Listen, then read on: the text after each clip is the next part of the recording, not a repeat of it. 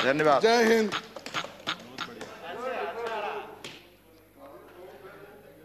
माननीय श्री नरेंद्र सिंह तोमर जी, कृषि मंत्री।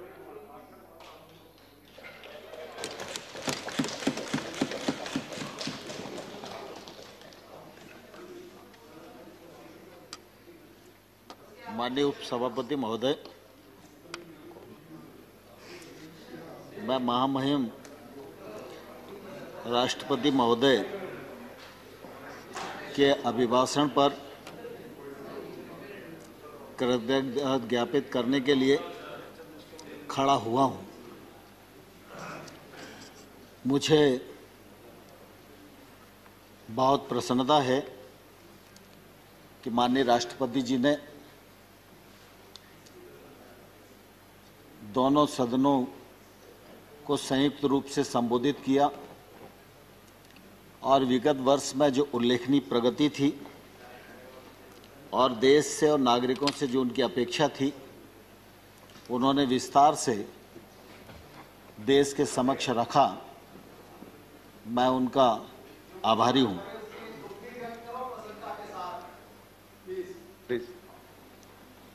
हम सब इस बात को भलीभांति जानते हैं कि 2020 हमारा कठिनाइयों का वर्ष रहा है। कोविड-19 का संकट आया, सारी गतिविधियों पर विराम लगा, अर्थव्यवस्था प्रभावित हुई, रोजगार प्रभावित हुए और परिस्थितियां ऐसी थी कि एकदम देश हतप्रभ था। लेकिन मुझे कहते हुए प्रसन्नता है कि हमारे देश का लोकतंत्र और हमारे देश के नागरिक दोनों इस देश की बड़ी ताकत हैं और इसी का यह परिणाम हम सब लोगों को ध्यान में आया कि जब लॉकडाउन 1 हुआ तो उस समय देश ने जिस प्रकार से अनुशासन का परिचय दिया, उसकी जितनी प्रशंसा की जाए उतनी कम ही है। हम सब इस बात को भलीभांति जानते हैं कि वह कालखंड ऐसा कालखंड था कि अगर महामारी का विस्तार होता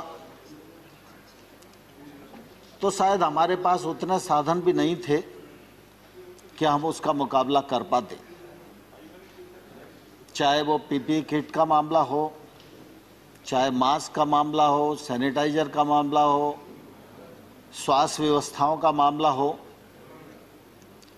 लेकिन प्रधानमंत्री नरेंद्र मोदी जी ने बहुत ही गंभीरता के साथ, साहस के साथ जो निर्णय किए और उन निर्णयों का जिस प्रकार से 100% पालन में राज्य सरकारों ने, नागरिकों ने भूमिका निभाई, वह निश्चित रूप से अविस्मरणीय है। इस दौरान बहुत सारे कोरोना वारियर, उनका देहांत भी हुआ। बहुत सारे नागरिक भाई हमसे बिछड़ गए, कई संसद के साथी हमसे बिछड़ गए। निश्चित रूप से उसका भी दुख सारे देश को और हम सब लोगों को है। लेकिन ये भारत के लोकतंत्र और हमारी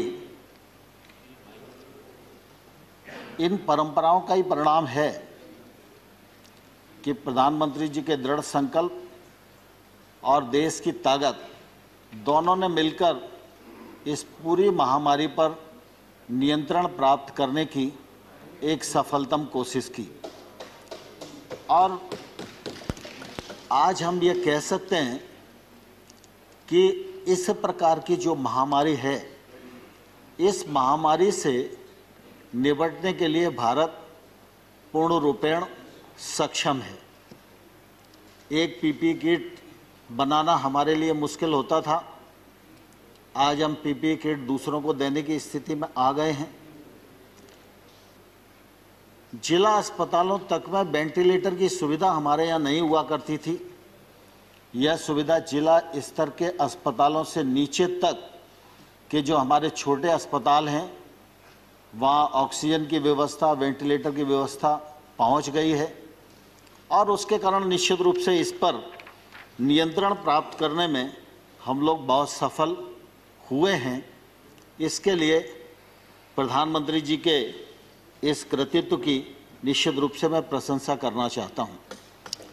आज जब इस वर्ष का बजट आया तो स्वाभाविक रूप से सरकार की तो ये कोशिश होती है कि वह सभी क्षेत्रों पर ध्यान दे, सभी वर्गों पर ध्यान दे, लेकिन वर्तमान जो परिस्थिति है उस परिस्थिति में स्वास्थ्य सुविधाओं पर ध्यान देना हम सबके लिए अत्यंत आवश्यक है। और मुझे कहते हुए प्रसन्नता है कि इस बजट में स्वास्थ्य सेवाओं की दृष्टि से 137% की जो वृद्धि की गई है वह निश्चित रूप से स्वागत योग्य है।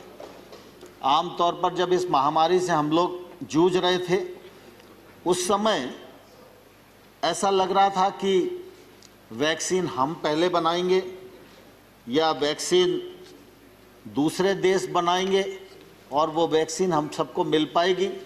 लेकिन मैं आपके माध्यम से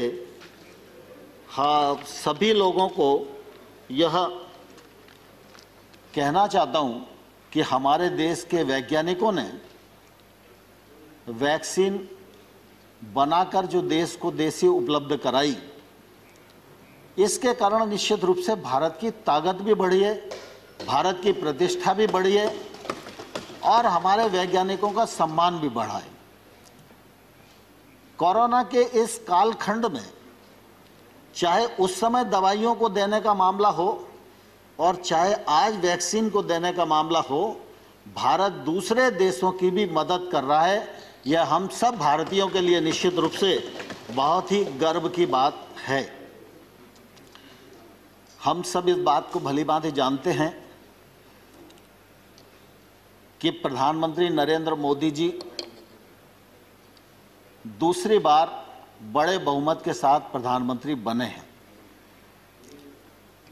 कई बार यह बात आती है हमारे प्रतिपक्ष के विद्वान वक्ताओं के मुंह से कि भाई आप तो ये कहते हैं कि सब मोदी जी की सरकार ने किया है और बाकी पिछली सरकारों ने कुछ भी नहीं किया। मैं इस मामले में ध्यान दिलाना चाहता हूं और यह कहना चाहता हूं कि इस प्रकार का आरोप लगाना उचित नहीं है। नरेंद्र मोदी जी ने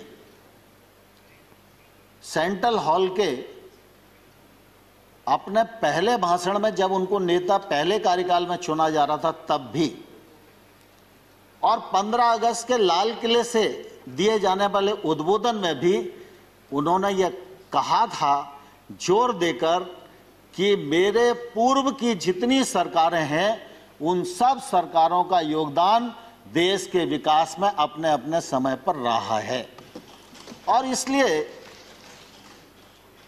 इतनी बड़ी लोकतांत्रिक यात्रा और इतना बड़ा देश और उसकी प्रगति, उस मामले में ऐसा सोच न तो नरेंद्र मोदी जी का है और ना ही नरेंद्र मोदी जी की सरकार का है और ना आने वाले कल में रहेगा।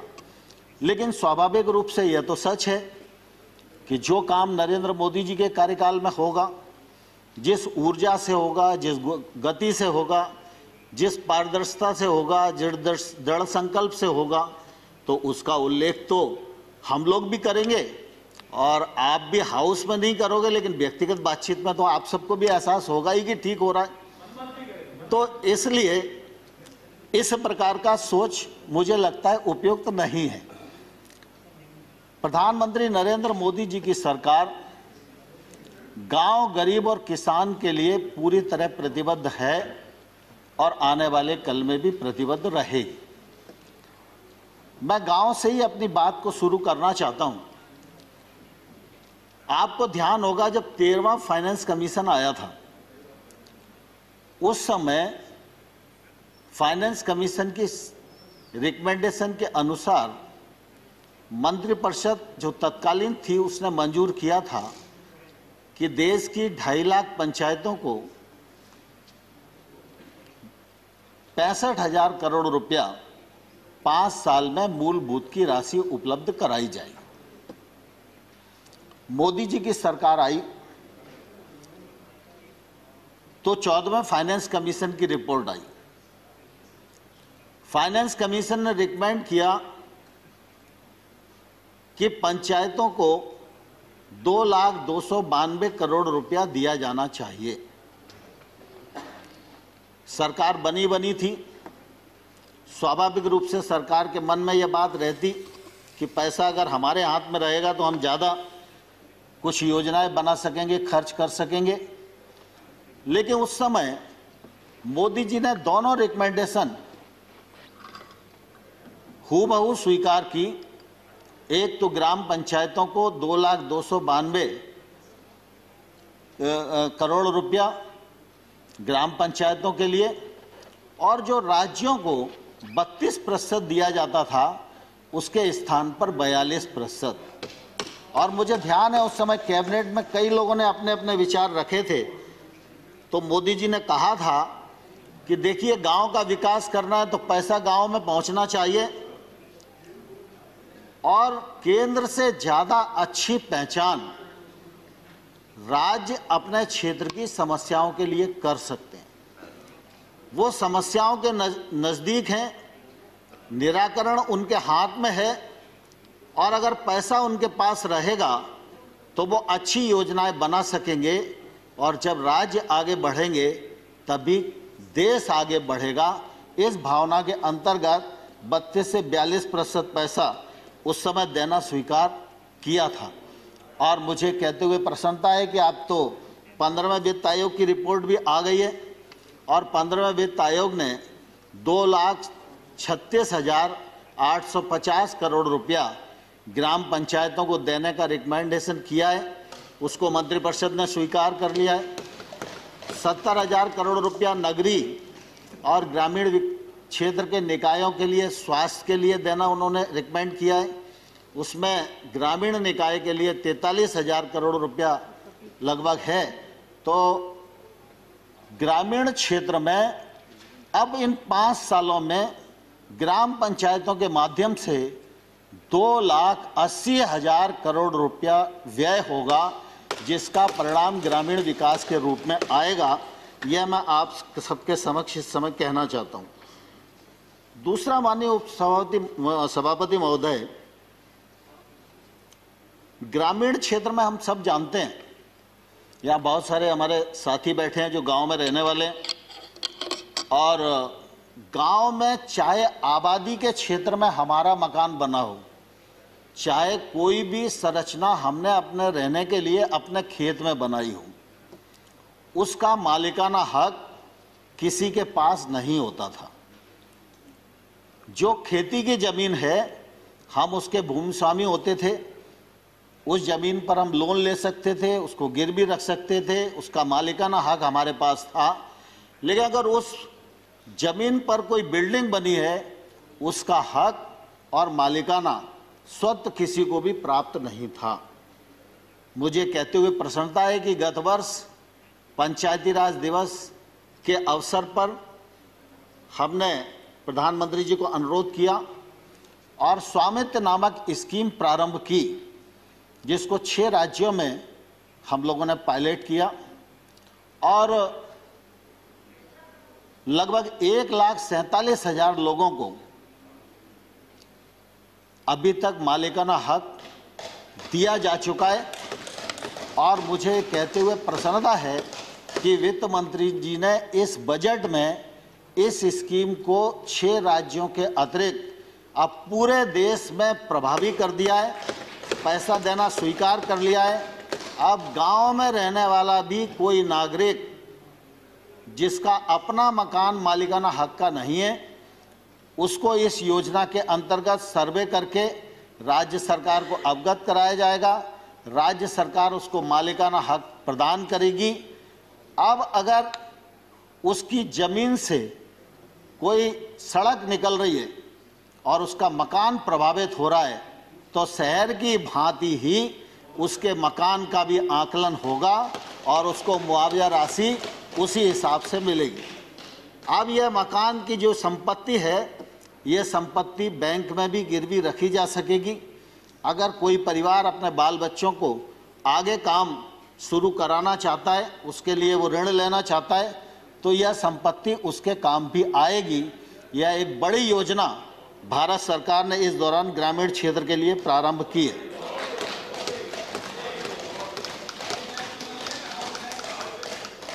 दूसरा, माननीय सभापति महोदय, मनरेगा, यह तो सच है कि आप सबके कार्यकाल में प्रारंभ हुआ। फिर यह भी बात कही जाती है कि कुछ लोग कहते थे कि मनरेगा गड्ढों वाली योजना है। तो आप भी इस बात को अच्छे से जानते हो, हम भी इस बात को अच्छे से जानते हैं कि भाई जब तक आपकी सरकार थी तब तक निश्चित रूप से उसमें गड्ढा खोदने का ही काम होता था। लेकिन मुझे कहते हुए प्रसन्नता भी और गर्व भी है।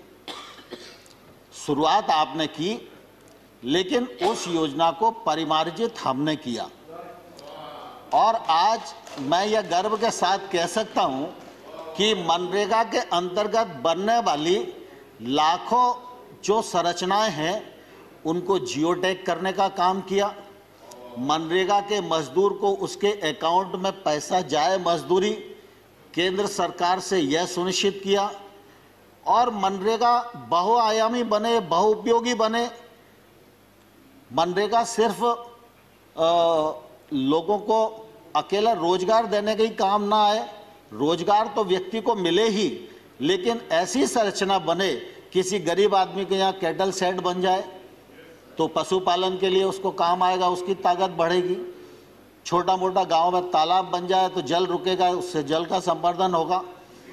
तो मनरेगा को हम लोगों ने परिमार्जित किया, मनरेगा में निरंतर पैसे को बढ़ाया, और जब पिछले बार कोविड का संकट आया तो 61,000 करोड़ का बजट था, उस बजट को बढ़ाकर 1,11,500 करोड़ रुपया देना सुनिश्चित किया।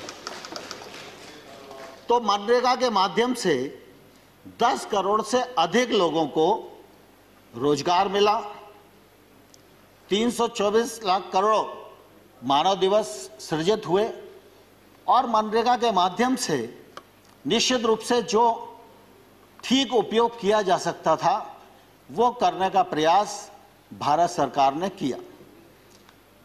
अभी माइग्रेंट लेबर की भी बात आई, तो मनरेगा ने भी ये सुनिश्चित किया कि माइग्रेंट लेबर को रोजगार मिले, और फिर प्रधानमंत्री जी ने गरीब कल्याण रोजगार अभियान भी संचालित किया।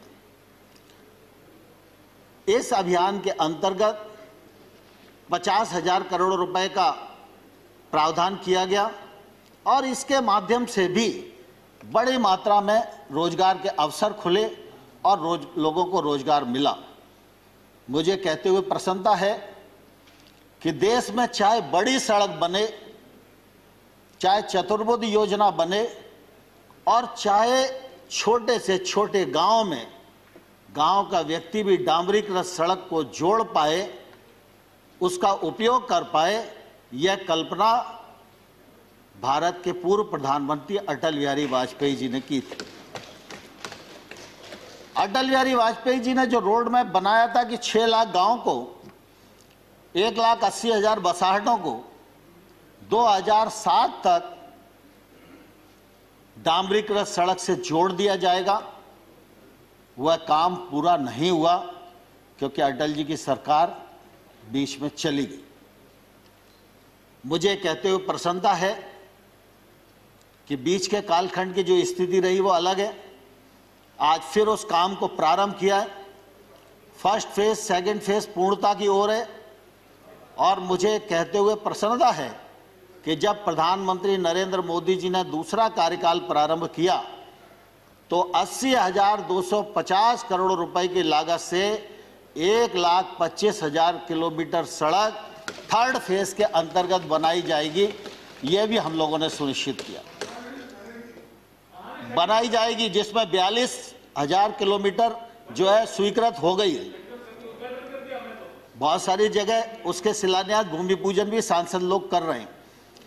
तीसरा, ग्रामीण क्षेत्र में हम जानते हैं कि आजीविका की बड़ी आवश्यकता है।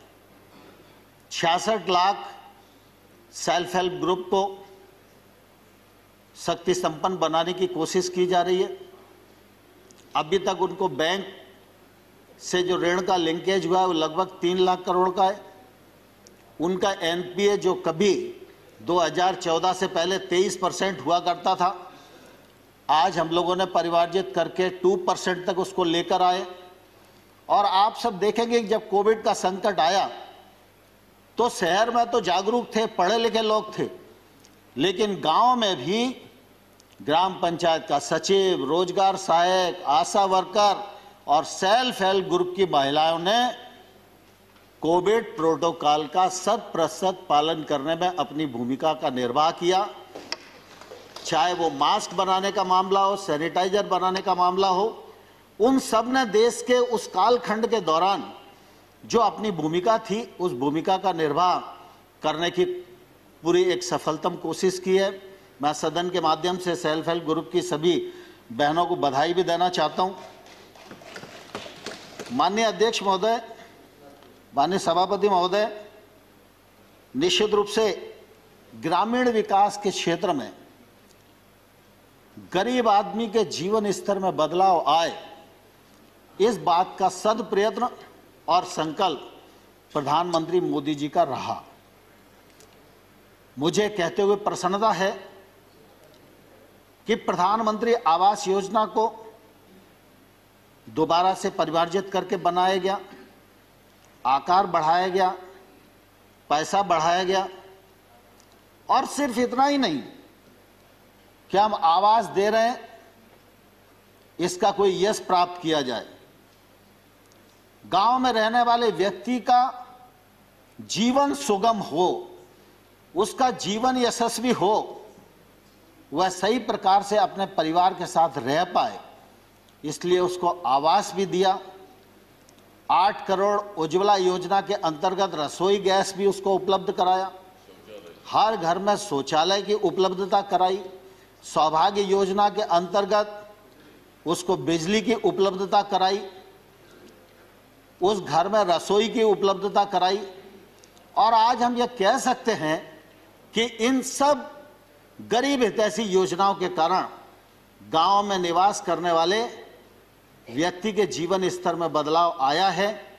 यह निश्चित रूप से एक योजनाबद्ध आमूलचूल परिवर्तन है।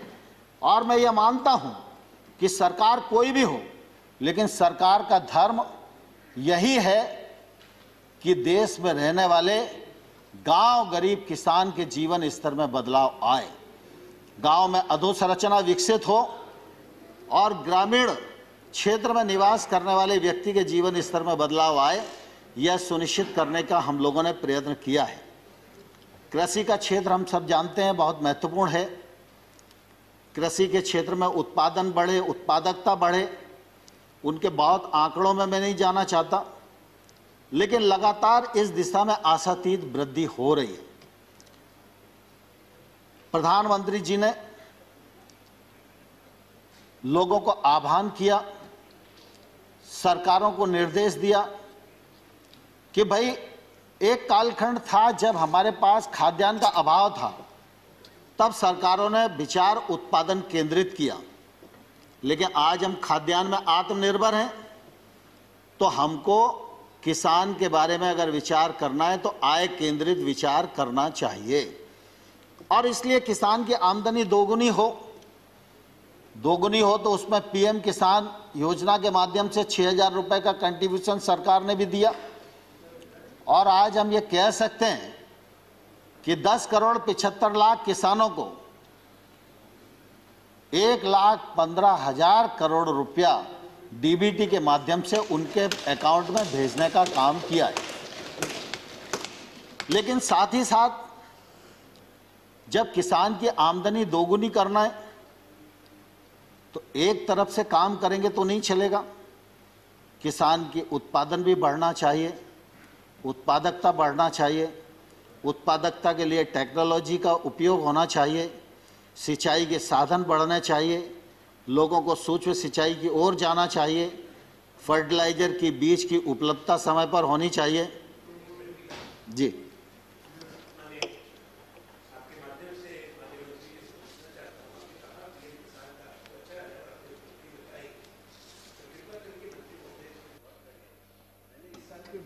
बढ़ा है और से, उसमें 10,000 रुपया पीएम किसान में कम किया है, तो इसको 10,000 करोड़, तो कृपा करके जरा उसमें वित्त मंत्री से बात करके इसमें आज के समय में जब इतनी बड़ा उत्पादन हो रहा है इसको कम करना उचित है। आनंद जी ने बिल्कुल वाजिब बात की ओर ध्यान दिलाया है, लेकिन मैं उनको स्पष्ट करना चाहता हूं कि जब पीएम किसान योजना का सृजन हुआ उस समय एक अनुमान लगाया गया कि देश में 14.5 करोड़ किसान होंगे, तो 14.5 करोड़ किसानों के हिसाब से 75,000 करोड़ रुपए का प्रावधान किया गया था। अभी लगातार कोशिश करने के बाद भी 10 करोड़ 75 लाख किसान ही रजिस्टर्ड हो पाए। केंद्र सरकार लगातार इस बात की कोशिश में लगी हुई है कि जो बचे हुए लोग हैं वो भी रजिस्टर्ड हो जाएं। अभी पश्चिम बंगाल जैसे राज्य है, उन्हें अभी ज्वाइन नहीं किया था, वो आ जाएंगे तो 70 लाख उनके ही हो जाएंगे। तो चूंकि आज की जो परिस्थिति है उस परिस्थिति में हमारा काम इसमें चल रहा था 65,000 करोड़ रुपए में, और इस समय जो आप तो वर्षों मंत्री रहे हैं तो आपको मालूम है कि जो बजट की व्यवस्था थी तो थोड़ी उसमें दिक्कत भी थी, तो इसलिए वहाँ 75 हटा के 10,000 कम किया है। लेकिन जिस प्रकार से आप देखते हैं कि हम मनरेगा में बजट 38,000 करोड़ का होता है, खर्च 49,000 करोड़ का होता है, तो अगले बार फिर 49 हो जाता है, फिर अगले बार जो खर्चा 59,000 करोड़ हो जाता है। इसी प्रकार से आज भी अगर हम देखेंगे 61 की जगह 1,11,000 करोड़ किया। जैसे रजिस्ट्रेशन बढ़ेगा, मैं आपके माध्यम से सदन को भी और किसानों को भी आश्वस्त करना चाहता हूं कि प्रधानमंत्री किसान सम्मान निधि योजना में पैसे की कोई कमी नहीं आने दी जाएगी। आप बिल्कुल बेफिक्र रहें। मंत्री महोदय, आपको कंक्लूड करने की ओर जाना पड़ेगा। जी ठीक है। Till he concludes, and we will reduce it from our other speakers. ठीक है। दूसरा, माननीय सभापति जी, हम सब इस बात को भलीभांति जानते हैं कि यूरिया की किल्लत किसानी के समय हमेशा होती थी। आप भी नीम कोटिंग करना चाहते थे लेकिन उस समय नहीं हो पाया, लेकिन नीम कोटिंग किया, उसके कारण फर्टिलाइजर की उपलब्धता बढ़ी, सूक्ष्म सिंचाई की दृष्टि से रकबा बढ़ा। देश में 86% छोटा किसान है। छोटे किसान का रकबा छोटा है, उसके पास निवेश करने के लिए साधन नहीं है। अगर कोई रिस्क लेकर वो महंगी फसल की तरफ जाए तो मार्केट का लिंक उसके पास नहीं है, और वो 86% किसान वस्तुस्थिति है कि एमएसपी का भी लाभ नहीं उठा पाता है। और इसलिए सरकार ने ये कोशिश की कि हम 10,000 नए एफपीओ बनाएंगे, और 10,000 नए एफपीओ को हम 6,850 करोड़ रुपया खर्च करेंगे। 5 साल में उनको स्ट्रेंथन करेंगे। छोटे छोटे किसान 300 की 500 की संख्या में मिलकर एक एफपीओ के साथ जुड़ें तो उनका रकबा भी बढ़ेगा, उनका उत्पादन भी बढ़ेगा, वो टेक्नोलॉजी से भी जुड़ सकेंगे, और उनके उत्पादन का वॉल्यूम भी ज़्यादा होगा तो वो अपने उत्पादन का वाजिब मूल्य के लिए बार्गेनिंग भी कर सकेंगे। इसलिए एफपीओ का एक बड़ा संसार खड़ा करने का काम इस देश में हम लोग कृषि के क्षेत्र में आरंभ कर रहे हैं। आप सब ने यह भी ध्यान दिया होगा कि एक तरफ किसान को एमएसपी लागत पर 50% मुनाफा जोड़ के दिया जाना शुरू हुआ है, वहीं दूसरी तरफ अगर देखेंगे तो 1 लाख करोड़ रुपए का इंफ्रास्ट्रक्चर फंड भी खेती के क्षेत्र में आत्मनिर्भर पैकेज के अंतर्गत दिया गया। सिर्फ खेती के लिए नहीं, फिशरीज के लिए 20,000 करोड़ रुपया, एनिमल हस्बेंड्री के लिए 15,000 करोड़ रुपया, हर्बल खेती के लिए 4,000 करोड़ रुपया, फूड प्रोसेसिंग के लिए 10,000 करोड़ रुपया। ऐसे ये कोशिश की गई है कि खेती में जो निवेश की जरूरत है वह निवेश खेती तक पहुंचे। हम सब गांव के रहने वाले लोग हैं। आज वेयर हाउस या कोल्ड स्टोरेज कोई भी संरचना दिखाई देती है तो वो जिला स्थान या बड़ी मंडी के आसपास दिखाई देती है। कोई भी 80 किलोमीटर दूर रहने वाला किसान अपने उत्पादन को 80 किलोमीटर लेकर आके वेयर हाउस में रखे और 2 महीने तक वो फसल को रोके, ये उसकी हैसियत नहीं है। ये जितनी भी संरचनाएं बनी है, इन संरचनाओं का उपयोग किसानों के लिए नहीं हो पाता, क्योंकि लगभग ये संरचनाएं व्यापारियों के लिए है या सरकारी गोदाम। किसान वेयर हाउस का उपयोग कर सके, किसान कोल्ड स्टोरेज का उपयोग कर सके, इस दृष्टि से ये इंफ्रास्ट्रक्चर नीचे तक पहुंचे और इस गैप को भरा जा सके, और इसके माध्यम से सरकार पूरी कोशिश कर रही है कि किसानों के जीवन में बहुत अच्छा बदलाव आए। हम सब जानते हैं कि फल हो, तरकारी हो, ये कुछ फसलें ऐसी हैं जल्दी नष्ट हो जाती हैं और इनको उपयुक्त बाजार नहीं मिल पाता। कौन सोच सकता था कि रेल से फल और सब्जी जाना शुरू हो जाएगी। 100 किसान रेल प्रारंभ की गई हैं, जो एक तौर से चलता फिरता कोल्ड स्टोरेज है। रोज जा रही हैं, आ रही हैं, और किसान का जो उत्पादन है वो एक स्थान से दूसरे स्थान तक जाकर किसान को उचित मूल्य दिलाने में मदद कर रहा है। किसान उड़ान योजना के अंतर्गत आज त्रिपुरा का पाइनएप्पल दूसरे देशों में भी जाकर अच्छी कीमत प्राप्त कर रहा है, जिसका फायदा निश्चित रूप से किसान लोगों को हो रहा है। यह हम सब लोगों के लिए निश्चित रूप से प्रसन्नता की बात है। Honorable Minister, I just want to bring to your notice that your assigned time is over, but you can take time as per the other. पाँच मिनट में खत्म करता हूँ। दूसरा आम तौर पर हम जानते हैं कि किसान गांव में रहता है, गरीब है, तो किसान को बुढ़ापे में सहारा मिल जाए, इसलिए किसान पेंशन योजना, किसान मानधन योजना, जिसमें 21 लाख किसान जुड़ चुके हैं 60 वर्ष की आयु के बाद, उनको 3,000 रुपया मासिक पेंशन मिलेगी। यह सुविधा भी सरकार की तरफ से आरंभ की गई। आपदा के समय यह नियम रहता था कि 50% से अधिक अगर लोग आपदा से प्रभावित होंगे तो ही सरकारी मदद उन्हें मिलेगी। इसको घटाकर 33% किया। इसका भी फायदा निश्चित रूप से किसान को और किसानी को मिलने वाला है। अब मैं एक जिक्र करके अपनी बात को पूरा समाप्त करूंगा। सामान्य तौर पर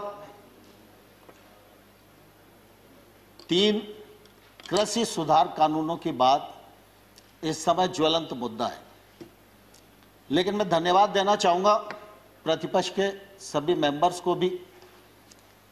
उन सब ने किसान आंदोलन पर भी चिंता की। किसान आंदोलन के लिए जो सरकार को कोसना आवश्यक था उसमें भी कोई कंजूसी नहीं की और कानूनों को काले कानून भी जोर देकर कहा।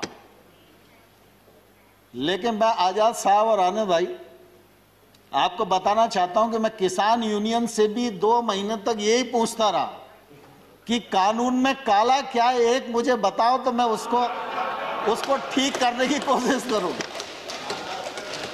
लेकिन मुझे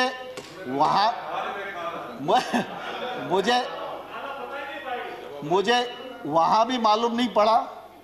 और जब प्रतिपक्ष के मेंबर्स ने भी, दीपेंद्र भाई आपका भी भाषण मैंने सुना, तो मैंने गौर से सुना कि कानून खराब है, कानून को रिपील कर दीजिए, वो हो ही जाएंगे, और ऐसा वैसा सब लोगों ने अपनी बात की और करना भी चाहिए उन्हें। लेकिन कानून के प्रावधान को यह किसान के प्रतिकूल है, यह कम से कम किसी ने बताने की कोशिश नहीं की। मैं सर आपके सामने ही बैठा हुआ था। दूसरा, मैं सभापति महोदय आपके माध्यम से आग्रह करना चाहता हूं कि हम लोगों ने ट्रेड एक्ट बनाया। ट्रेड एक्ट में यह प्रावधान किया कि एपीएमसी के बाहर जो एरिया होगा वो ट्रेड एरिया होगा, वो किसान का घर भी हो सकता है, वो किसान का वेयर हाउस भी हो सकता है, उसका खेत भी हो सकता है। कोई भी व्यक्ति किसी भी स्थान के लिए किसी भी कीमत पर किसान वहां से अपने उत्पादन को बेच सकने के लिए स्वतंत्र है। ये हमारा एक्ट इजाजत देता है। एपीएमसी के बाहर अगर कोई ट्रेड होगा तो उस पर किसी भी प्रकार का ना तो राज्य का टैक्स लगेगा ना केंद्र का टैक्स लगेगा। अब एपीएमसी के भीतर राज्य सरकार का टैक्स है, एपीएमसी के बाहर केंद्र सरकार का एक्ट है। केंद्र सरकार का एक्ट टैक्स को खत्म करता है और राज्य सरकार का जो एक्ट है वो टैक्स देने के लिए बाध्य करता है। तो मैं आपके माध्यम से किसानों को भी पूछना चाहता हूं और विशेष रूप से पंजाब के किसानों को भी पूछना चाहता हूं। उनके यहाँ थोड़ी परिस्थितियां अलग हैं, आड़तिया का कमीशन अलग है, बाकी सब चीजें अलग हैं, लेकिन हमने टैक्स को फ्री किया और राज्य सरकार टैक्स ले रही है। तो जो टैक्स ले रहा है और लगा रहा है और बढ़ा रहा है, आंदोलन उसके खिलाफ होना चाहिए या जो टैक्स फ्री कर रहा है उसके खिलाफ होना चाहिए? लेकिन अब देश में उल्टी गंगा बह रही है। और मैं सभापति महोदय आपके माध्यम से किसान बंधुओं को भी कहना चाहता हूं और प्रतिपक्ष के मित्रों को भी कहना चाहता हूं, भारत सरकार नरेंद्र मोदी जी का नेतृत्व पूरी तरह किसानों के प्रति प्रतिबद्ध है, किसानों के प्रति समर्पित है। किसान आंदोलन के लिए हम लोगों ने लगातार उनको सम्मान देने की कोशिश की है, 12 बार ससम्मान बुलाकर बातचीत की है। एक शब्द भी हमने उनके बारे में इधर उधर नहीं बोला, संवेदनशीलता के साथ विचार किया है। लेकिन हमने ये जरूर कहा है कि आप प्रावधान में कहाँ गलती है, विनम्रता पूर्वक हमारा ध्यान आकर्षित करिए। हमने जो उनकी भावना के अंतर्गत जिन बिंदुओं को चिन्हित किया जा सकता था उनको भी चिन्हित करके बताया कि हमको आपकी लगती है कि आपको यह शंका है कि एपीएमसी खत्म हो जाएगी, तो हम इस पर विचार करते हैं। एपीएमसी खत्म नहीं होगी। हमने एक के बाद एक उनको प्रस्ताव देने का भी प्रयत्न किया, लेकिन मैंने साथ में यह भी कहा कि अगर हम भारत सरकार किसी भी संशोधन के लिए तैयार है, इसके मायने ये नहीं लगाना चाहिए कि किसान कानून में कोई गलती है। लेकिन किसान आंदोलन पर है, पूरे एक राज्य में गलत फहमी का शिकार हैं लोग। एक ही राज्य का मसला है। Please don't interfere. Let him speak. Please don't. We are very short on time. सभापति महोदय, किसानों को इस बात के लिए बरगलाया गया है कि ये कानून आपकी जमीन को ले जाएंगे। मैं कहता हूं कॉन्ट्रैक्ट फार्मिंग के एक्ट में कोई एक प्रावधान बताए, कोई एक प्रावधान बताए। खड़गे जी, खड़गे जी दुनिया जानती है, खड़गे जी दुनिया जानती है, पानी से खेती होती है, खून से खेती सिर्फ कांग्रेस ही कर सकती है, भारतीय जनता पार्टी खून से खेती नहीं कर सकती।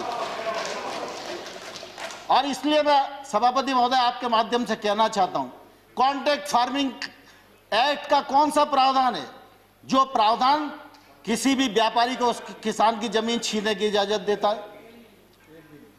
लेकिन लोगों को भड़काया जा रहा है, जमीन चली जाएगी।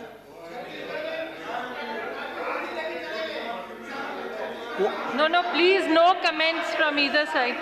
No comments, please. Let the honorable minister speak.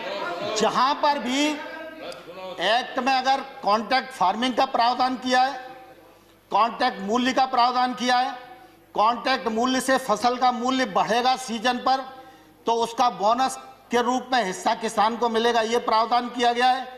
और किसान इस एक्ट से कभी भी बाहर हो सकता है, व्यापारी कभी भी बिना पैसे दिए इस एक्ट से बाहर नहीं हो सकता। और मैं सभापति महोदय आपके माध्यम से कहना चाहता हूं, पंजाब सरकार का कॉन्ट्रैक्ट फार्मिंग एक्ट उठाइए, हरियाणा सरकार का कॉन्ट्रैक्ट फार्मिंग एक्ट उठाइए, और वो तो हुड्डा जी के समय पारित हुआ था, और आज अरे please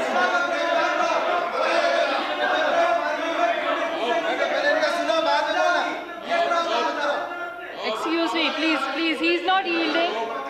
He is not yielding, so please. Dipendra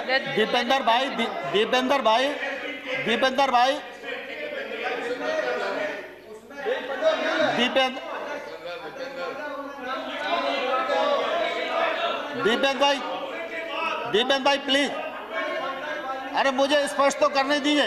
You still have a member, you can speak, he can reply later. नहीं, आपका नहीं लिया मैंने। माननीय सभापति महोदय, मैं स्पष्ट करना चाहता हूं कि इन राज्यों के अभी लगभग 20-22 राज्य ऐसे हैं जिसमें कॉन्ट्रैक्ट फार्मिंग ने के लिए नया एक्ट बनाया है या उन्होंने एपीएमसी में शामिल किया है। नहीं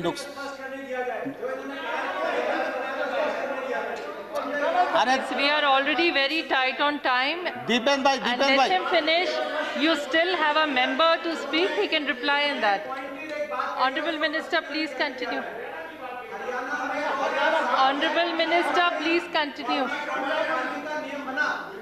रूल 6 ने एपीएमसी ने अमेंडमेंट हुआ हरियाणा में, मगर उसके साथ-साथ ये प्रावधान बना कि अगर एमएसपी से नीचे कोई प्राइवेट कंपनी अगर कॉन्ट्रैक्ट फार्मिंग में खरीद सकती है तो कानूनी कार्रवाई और सजा होगी। आप सजा का प्रावधान करेंगे। ठीक है दीपेंद्र भाई, आपकी बात आ गई, लेकिन मैं कुल देखिए दीपेंद्र जी, सवाल इसका नहीं है कि उस एक्ट में क्या लिखा है, सवाल इसका है कि कॉन्ट्रैक्ट फार्मिंग एक्ट है या नहीं है, और कॉन्ट्रैक्ट फार्मिंग एक्ट कब बना, और उस कॉन्ट्रैक्ट फार्मिंग एक्ट में अगर किसान गलती करेगा तो किसान को जेल जाना पड़ेगा। ये प्रावधान पंजाब के एक्ट में है, और ये पंजाब सरकार के एक्ट में है, और जो भारत सरकार ने एक्ट बनाया है उसमें किसान कभी भी बाहर हो सकता है। देखिए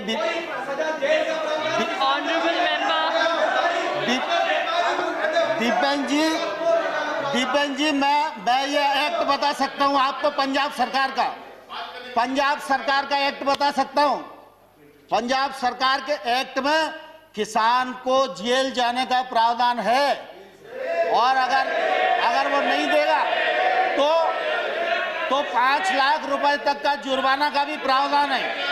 लेकिन भारत सरकार का एक्ट, हरियाणा की बात कर रहे हैं कि किसी और एक्ट की बात कर रहे हैं? नहीं, मैं पंजाब की बात कर रहा हूँ। हाँ, कॉन्ट्रैक्ट फार्मिंग मैंने कहा पंजाब। सॉरी, आप पंजाब की बात कर रहे हैं, हरियाणा की बात कर रहे हैं, तो ये कंफ्यूज होकर बोल रहे हैं।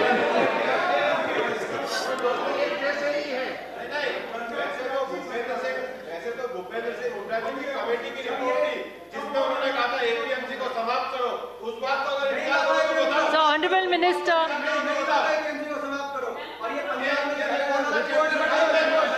हुड्डा जी, अब एक बार दीपेंद्र जी